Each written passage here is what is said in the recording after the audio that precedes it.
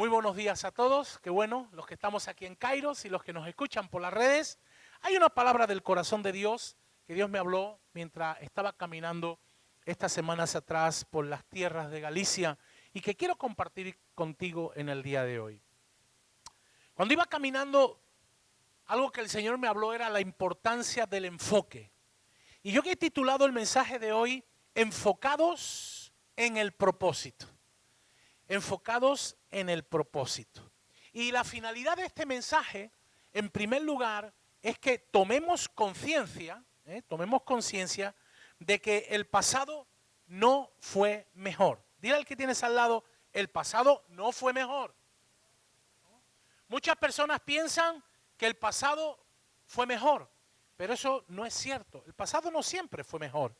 ¿Por qué? Porque lo mejor siempre está por venir. Si tú tienes una vida de esperanza, una vida de propósito y una vida enfocada, sabe que lo mejor en tu vida está por venir.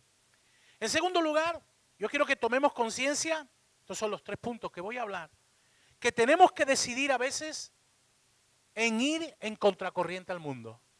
Muchas veces nos vamos a encontrar como salmones en contracorriente. Y en tercer lugar, que tenemos que decidir no salirnos del camino. Porque si nos salimos del camino, nos perdemos. Es decir, no nos podemos salir de la escuela de Dios. ¿Por qué digo todo esto? Porque no se puede seguir a Jesús dependiendo cómo yo me sienta. No podemos seguir a Jesús dependiendo de cómo nos sintamos hoy. ¿Por qué? Porque hoy me puedo sentir de una manera y mañana me siento de otra. ¿Por qué? Porque las circunstancias de la vida afectan nuestras emociones. Ahora yo quiero hacerte una pregunta. ¿Cómo es tu cristianismo? ¿Un cristianismo racional o un cristianismo emocional? Y la palabra de Dios es muy clara en todo esto. Hay varios pasajes, entre ellos yo quiero que busques conmigo, aunque no es el principal. Primera de Corintios 14:15.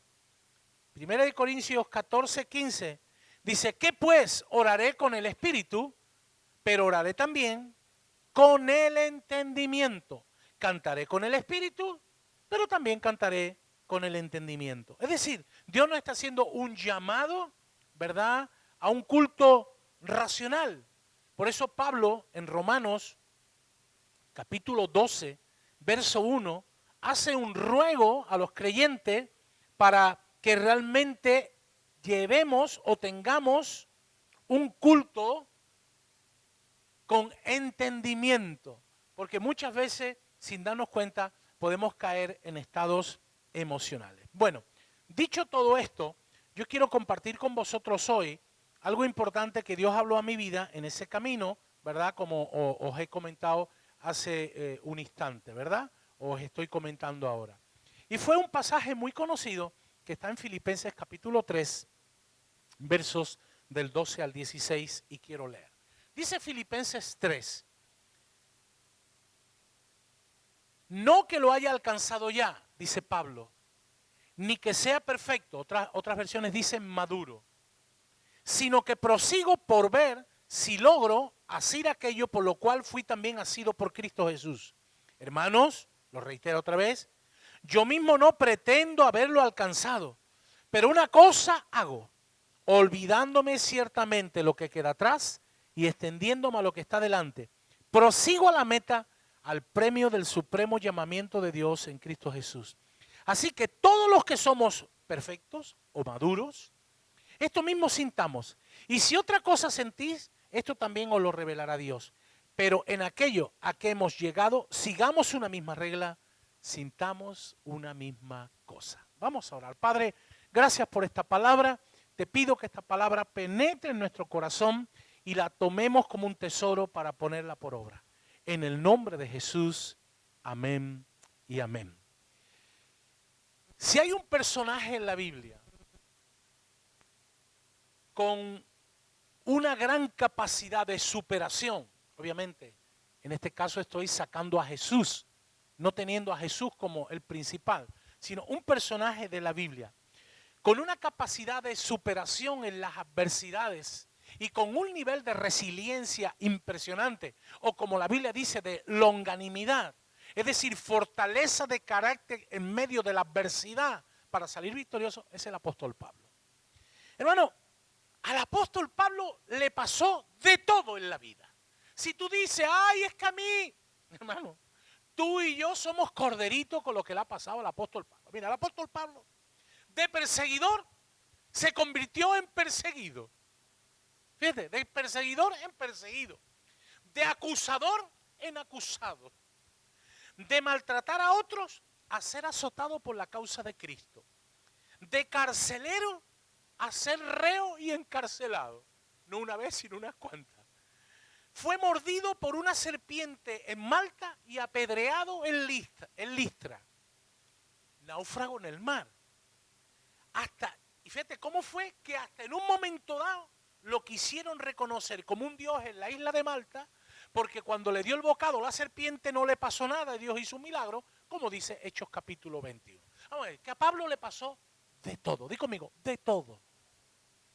Claro, cuando yo pienso en la vida de Pablo, digo, Pablo cuando estaba llegando al final de la carrera, yo estoy seguro que, aunque la Biblia no lo dice, pero sí hay textos que nos muestran que él analizó si de verdad había merecido la pena soportar tantas penurias y tantas situaciones complicadas.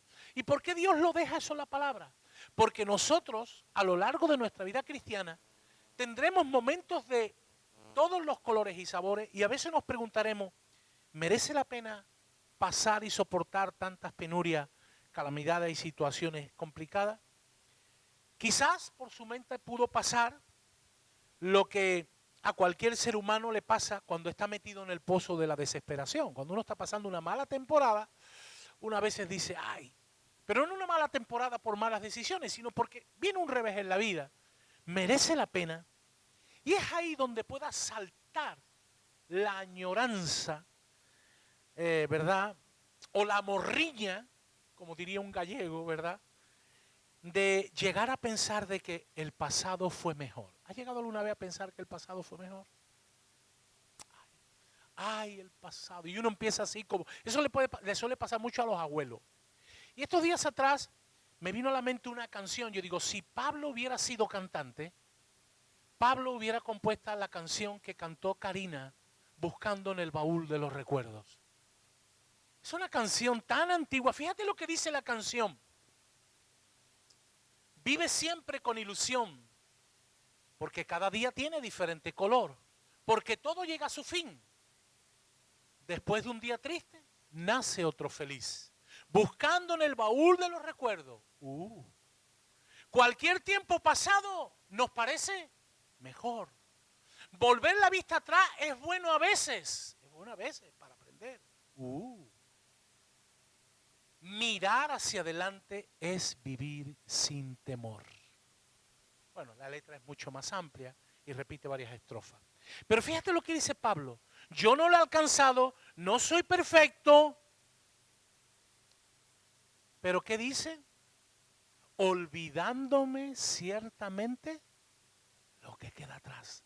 Pablo tenía clarísimo que el futuro que tenía delante era mucho mejor que el pasado que había vivido. Yo quiero hablarte hoy de estas tres cosas. No caigas en el error. Si tú quieres tener una vida enfocada en el propósito, no pienses que el pasado fue mejor. El pasado es pasado. Y si tenemos que recordar algo, es para aprender de los errores cometidos y que no volvamos a cometer los mismos errores. Lo he dicho muchas veces. Por eso, enfocarnos en el pasado tan solo es ver lo positivo. Ay, es que el pasado, vemos lo positivo de ello y descartamos que en el pasado, yo no sé tú, pero en el pasado yo he tenido etapas grises en mi vida. ¿No has tenido etapas grises en tu pasado? Pues yo las he tenido. Y yo no diría grises. Yo también he tenido días nublados en el pasado. Incluso yo no sé tú, pero yo he habido momentos que recordando y preparando esto el otro día, la otra mañana, yo he pensado que había momentos en mi vida donde no vendría la luz. Nunca. Sin embargo, al final uno se da cuenta que siempre la luz viene después de la oscuridad. Si tú estás pasando un tiempo difícil, recuerda que la luz no es eterna, que la oscuridad no es eterna, ¿cierto? Hemos leído que tenemos que vivir con ilusión, porque todo llega a su fin. Hasta los momentos malos se acaban. Pablo, fíjate, el apóstol Pablo nunca pensó que el pasado fue mejor. Nunca lo pensó. ¿Por qué? Porque fíjate lo que dice en Filipenses 3:8. Si tienes tu Biblia, búscalo conmigo. Dice, ciertamente aún estimo todas las cosas como pérdida por la excelencia del conocimiento de Cristo Jesús, mi Señor, por amor del cual lo he perdido todo y lo tengo por basura para ganar a Cristo. O sea, Pablo tiene clarísimo que el pasado no fue mejor, y no solo eso, sino todas las cosas la da como pérdida. ¿Tú has perdido todo? Si no has perdido todo, no podemos entenderlo. Dice, por el conocimiento. Y a mí me gusta mucho detenerme en algunas palabras. La palabra conocer en la Biblia es intimidad. Por tener intimidad con Dios. Dice, y José conoció a María. Es que estuvo en intimidad con ella. Entonces dice que para Pablo fue tan tremendo conocer a Cristo, vivir en esa intimidad, que todo lo estima por basura. Y la palabra basura que se traduce aquí por basura no es basura. En el original griego es estiércol, excremento de animal.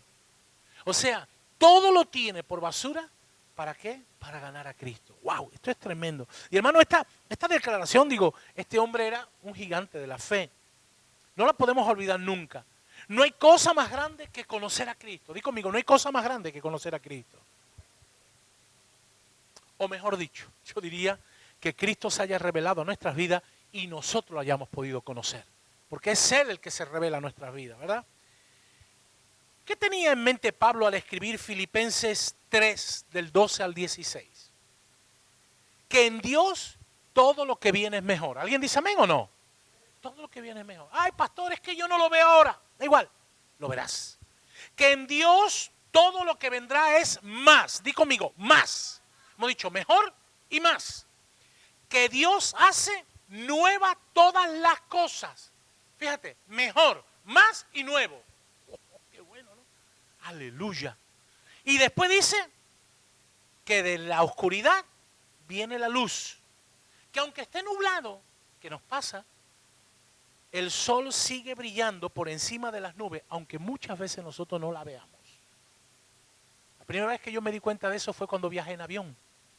El avión llegó un momento que cruza las nubes. Dije, el día que yo salí era un día nublado. Y, ¡uy, qué día hace! Y Dios me dio en ese avión hace muchos años una enseñanza. Porque muchas veces no brilla el sol en tu vida, eso no quiere decir que el sol no esté brillando. Pablo era conocedor de los profetas y sabía muy bien lo que dijo Jeremías 20:11. Jeremías 20:11 dice, porque yo sé los pensamientos que tengo acerca de vosotros, dice el Señor, pensamientos de paz y no de mal, para daros el fin que esperáis. Es decir, los pensamientos que Dios tiene para sus hijos son buenos. Lo que pasa es que tenemos esa añoranza, esa morriña, porque en el día malo automáticamente recordamos el pasado bueno.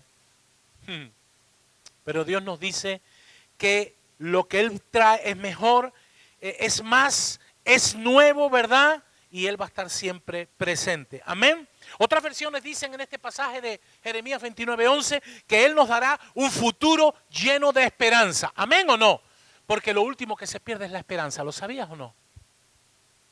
Wow, esto es tremendo. En un mundo donde reina el caos, donde reina la confusión, donde reina la incertidumbre, Dios dice, para mis hijos yo tengo un futuro de esperanza. Gloria a Dios, mi hermano. ¿Alguien puede decir gloria a Dios o no? Gloria a Dios. Vamos, este mensaje es para mí, cuando yo lo estoy pensando, digo, este es un mensaje revolucionario. Es un mensaje transformador, porque te cambia la manera de pensar, la perspectiva de la vida. Es un mensaje que me da consuelo, es un mensaje que me da esperanza. Indistintamente de la situación que esté viviendo, saber que el futuro que tengo en Dios es un buen futuro, me da esperanza aunque no lo vea. Pablo sabía que el futuro deparaba lo mejor para un verdadero hijo de Dios Y no solo lo sabía Pablo, lo sabían muchos hombres de aquel tiempo, como Juan, que él llegó a escribir en Apocalipsis: he aquí yo hago nuevas todas las cosas. Dios hace las cosas nuevas cada día. Dile a tu vecino que está ahí al lado: en Dios lo mejor está por llegar a tu vida. Díselo. No lo dejes escapar. No lo dejes escapar. Captúralo para tu vida. Captúralo para tu generación. Porque hay gente que no es consciente, no tiene esa sensibilidad. Por lo tanto, ya declaramos, ya decimos, ya el pasado no fue mejor. Lo mejor está por venir. ¿Amén o no? Número 2. Claro, habrá momentos en la vida, que la vida no es fácil, y Jesús lo recordó constantemente, que a veces nos sentiremos como un salmón. Parece que vamos en contracorriente. ¿Te has sentido alguna vez como en contracorriente? Muchas. ¿Y por qué digo esto? Tenemos que decidir seguir yendo en contracorriente. ¿Por qué? Porque yo no sé por qué, pero a mí me ha pasado de que muchos de nuestros esfuerzos, ¿no te ha pasado alguna vez que haces y parece que no se cristaliza, que no se cumple? Eso que tú quieres ver no llega. ¿Te ha pasado alguna vez o no? Eso que tanta ilusión te da, no llega, no llega. ¿Y sabes por qué muchas veces nos cuesta o queremos tirar la toalla o abandonar y no seguir en contracorriente? Porque muchas de nuestras expectativas no las vemos cumplidas. Muchas de las promesas de Dios no las vemos cumplidas. Y nos invade un sentido de frustración y a veces de cansancio, porque lo esperado se retrasa más de la cuenta. ¿Te ha pasado alguna vez o no? Hay que ver que esto debería, pero no y no. Y algo parecido, yo estoy seguro que le sucedió al profeta Habacuc, cuando él llegó a decir: aunque la visión tardare por un tiempo, no te desesperes, sin duda vendrá. Lo que pasa es que nosotros nos desesperamos, nos angustiamos, nos impacientamos. Una de las cosas que he aprendido estos días que he estado retirado es bajar mi nivel de revoluciones. Mi esposa dice: qué bueno, estás más tranquilo. Porque yo soy enérgico de por sí. Pero he descubierto que en esos tiempos de quietud son normalmente los tiempos que Dios habla a tu vida. Cuando uno va corriendo, las prisas no suelen ser buenas consejeras ni buenas compañeras. ¿Qué tenemos que hacer? Dijimos la semana pasada, tenemos que permanecer firmes, constantes y creciendo en el propósito de Dios, que no es fácil, ¿eh? Porque si fuera fácil lo haría cualquiera. Porque de lo contrario todos lo lograrían. Porque ¿cuántos abandonan? Muchos. ¿Cuántos abandonan? ¿Cuántas veces se pasan cosas por la cabeza? Lo fácil, yo siempre digo, lo fácil en un momento de crisis matrimonial, ¿sabes lo que es? Lo fácil, ¿sabes lo que es? Poner tierra de por medio. Eso es lo fácil. Lo maduro es apretar los puños y decir: sí o sí, de esta salimos. ¿Alguien dice amén o no? En el día malo, lo fácil es tirar la toalla. Por eso la palabra de Dios dice en Hebreo que nosotros no somos de los que retrocedemos. Yo digo que no retrocedo ni para coger impulso. Cuando tú quieres coger impulso, ¿sabes lo primero que se hace? Das un paso atrás. ¿Para qué? Para tener el puntal y coger fuerza. Pero tú y yo no somos. ¿Por qué? Porque hemos decidido permanecer firmes, constantes y creciendo. ¿Alguien dice amén o no? Y eso a veces nos lleva a ir en contracorriente a lo establecido. No me estoy refiriendo a que seamos gente rarita. No. Gente rarita ya hay mucha en el mundo.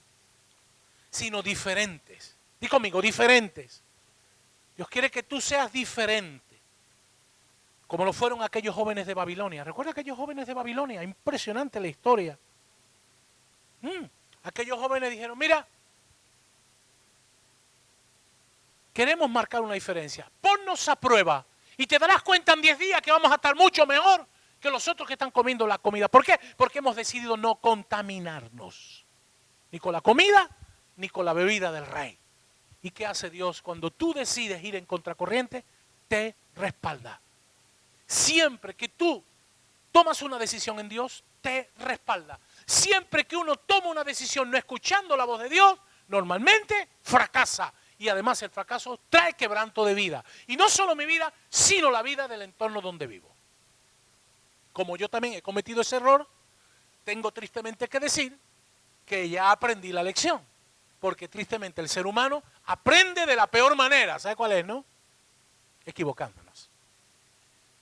Ahora yo quiero decirte una cosa. Yo he aprendido también con el tiempo que todo lo valioso está escondido. Todo lo valioso está escondido. Todo. Todo lo que merece la pena y suele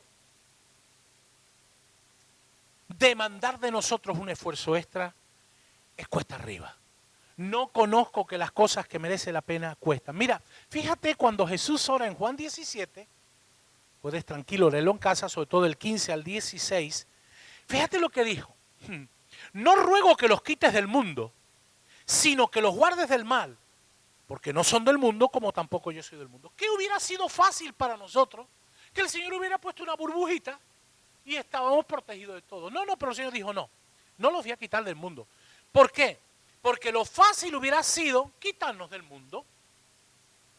Pero si así hubiera sido, ¿cómo podríamos o hubiéramos llegado a ser la sal de la tierra y la luz del mundo? No podemos ser sal de la tierra y luz del mundo si no estamos en este mundo. Y vemos lo que hay en este mundo. Y palpamos lo que la gente siente. Y vemos lo que se está viviendo.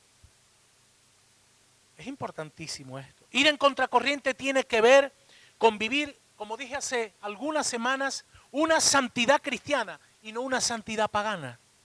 No podemos estar nadando y guardando la ropa. Y para ello debemos entresacar, como dice Jeremías 15, lo precioso de lo vil para llegar a ser voceros de Dios. Dice, si entresacar es lo precioso de lo vil, porque muchas veces hay mezcolanza en nuestra vida. Por nuestros labios sale alabanza, pero por la misma fuente sale queja. Señor, gracias porque eres bueno. Y ante una adversidad, nos pasa. Dios quiere que tú y yo seamos voceros suyos. Eso es ir también en contracorriente. Mira, ir en contracorriente no es solo ir un impulso emocional o entrar en un estado emocional pasajero. Ir en contracorriente es una decisión. Di conmigo, decisión. Una decisión firme como la que tomó, por ejemplo, la he mencionado antes, Daniel en Babilonia. Daniel 1:8, fíjate lo que dijo Daniel. Y Daniel propuso en su corazón no contaminarse con la porción de la comida del rey ni con el vino que él bebía. Pidió por tanto al jefe de los eunucos que no le obligase a contaminarse. Hermano, muchas veces el mundo casi nos obliga a contaminarnos, pero dice que propuso en su corazón, tomó una decisión firme, inquebrantable. Y eso es lo que Dios está buscando, una generación que tome una decisión firme e inquebrantable. Iglesia, hoy más que nunca Dios nos está llamando a ser embajadores suyos, sus atalayas, o los que alertan de lo que está por venir si la gente no se vuelve a Dios. Yo lo digo de verdad, este mundo necesita más que nunca ahora escuchar voces de una manera clara, no religiosa, clara, que si la gente no se acerca a Dios, el final es un final francamente catastrófico, ¿verdad? No es usar el miedo, es mostrar la realidad para que la gente tome conciencia de sus decisiones y que vuelvan su rostro a Dios. Porque si no lo hacemos nosotros, las piedras van a hablar. Las piedras van a hablar. Hoy pude entrar en una red y me quedé alucinado de una persona que sigo, que no es ni cristiana, que tiene una mezcolanza y un sincretismo, tiene una empanada en la cabeza. El taller que va a dar, cómo encontrar tu propósito de vida. ¿Podríamos hablar los cristianos de encontrar propósito de vida? ¿Podríamos hablar? Porque fuera de Dios uno no encuentra el propósito. Encontrará muchas cosas. Lo encontrará para esta tierra, pero para la siguiente, la que viene, que es eterna, mencionó mi esposa, no lo encontrará. Por lo tanto, mi hermano, el profeta Ezequiel nos sigue animando y exhortando a ser atalaya. ¿Quién es un atalaya? Aquel que estaba subido en la almena y cuando venía el enemigo alertaba a la ciudad que venía el enemigo para que se preparara en la muralla. Tú y yo somos atalaya, avisando a las personas que si no se acercan a Dios, porque hoy es día de salvación, no mañana, hoy. ¿A quién? A tus amigos, a tus contactos, a tus compañeros de trabajo. No te tienes que ir de misionero a la China, ni a la Conchinchina. No. Tienes personas cerca que si no se acercan a Jesús y se entregan a Jesús, esas personas morirán eternamente. Tremendo. Por eso yo quiero leerte Ezequiel 33:7. Dice, a ti, hijo de hombre, te he puesto por atalaya y oirás la palabra de mi boca y los amonestarás de mi parte. Muchas veces la palabra amonestar y exhortar parece ser negativa, pero ¿qué es amonestar? Avisar, advertir, decirle a alguien, oye, si sigues por el mismo camino te golpea, si sigues por el mismo camino te caes al pozo, te caes en el precipicio. Hermano, necesitamos advertir a la gente porque entonces nuestras manos estarán limpias. Pero si no lo hacemos, dice el mismo pasaje de Ezequiel, que la sangre de aquel Dios no la demandará porque pudiéndolo hacer no lo hicimos. Dile al que tienes al lado, no tengas miedo de ir en contracorriente. Y por último, y ya acabo, porque va a ser cortito, no te salgas del camino. Hemos hablado del peregrino, ¿verdad? Tenemos que decidir no salirnos del camino, no salirnos de la escuela de Dios. Mira, cuando uno llega a posicionarse, que el pasado no fue mejor, bueno, que fue mejor, y que no merece la pena ir en contracorriente, cuando uno cree que el pasado fue mejor y dice, yo no voy a seguir en contracorriente, se expone, aunque tarde o temprano, se salga del propósito del camino de Dios para su vida. Si tú constantemente estás pensando en el pasado y no estás dispuesto a pagar el precio de lo que Dios te pide, al final abandonas. Abandonas. ¿Por qué? Porque la oferta que hay en esta sociedad es tan atractiva que nos seduce totalmente. Pero fíjate, Jesús nunca dijo que seguirle sería fácil, nunca. Al contrario, lo ponía complicado. Estos días atrás hablaba con un ministerio y una persona que al final decidieron no caminar en un ministerio, me hablaba, un ministerio de otras personas, pusieron la misma excusa que puso uno de la Biblia. Tenemos que cuidar a nuestro Padre que está mayor. ¿Os suena eso de la Biblia, del Evangelio? No, Señor, te seguiré donde quieras. Sí, pero es que tenemos que cuidar a mi Padre que está mayor. Hermano, cuando Dios nos llama a algo, nos llama de verdad y quiere que nuestra respuesta sea una respuesta de verdad. Porque si no, nos salimos del camino. Dice la Biblia, muchos son llamados y pocos los escogidos. Jesús nunca dijo que esto iba a ser un paseo. ¿Te vienes de paseo? No. Jesús siempre que pudo dejó claro a sus discípulos que seguirle era algo que necesitaba, y hay dos palabras muy poderosas: compromiso y renuncia. Por eso dejó escrito Lucas 9, del 23 al 25. Si alguno quiere venir en pos de mí, número 1, deje el orgullo ahí al lado, niéguese a sí mismo. Tome su cruz, su lucha diaria, la tuya es distinta a la mía, ¿verdad? Y sígame, porque todo el que quiera salvar su vida la perderá y todo el que pierda su vida por causa de mí, la salvará. Pues ¿qué aprovecha el hombre si gana todo el mundo y se destruye o se pierde a sí mismo? La paradoja de la vida cristiana es que mientras más depende del Señor eres más libre. Aquí dice que pierdes la vida, pero en realidad no la pierdes, sino que la ganas. Pero claro, eso solo entiendes cuando comienzas a caminar. Ahora, ¿qué nos muestra esto? Que tanto en la Biblia como en la historia de la iglesia, muchos se salieron del camino. Y tristemente tenemos que decir que en esta iglesia contemporánea, tristemente muchos se siguen saliendo del camino. Por una o por otra razón. Quizás por motivos auténticos y quizás por excusas que se ponen.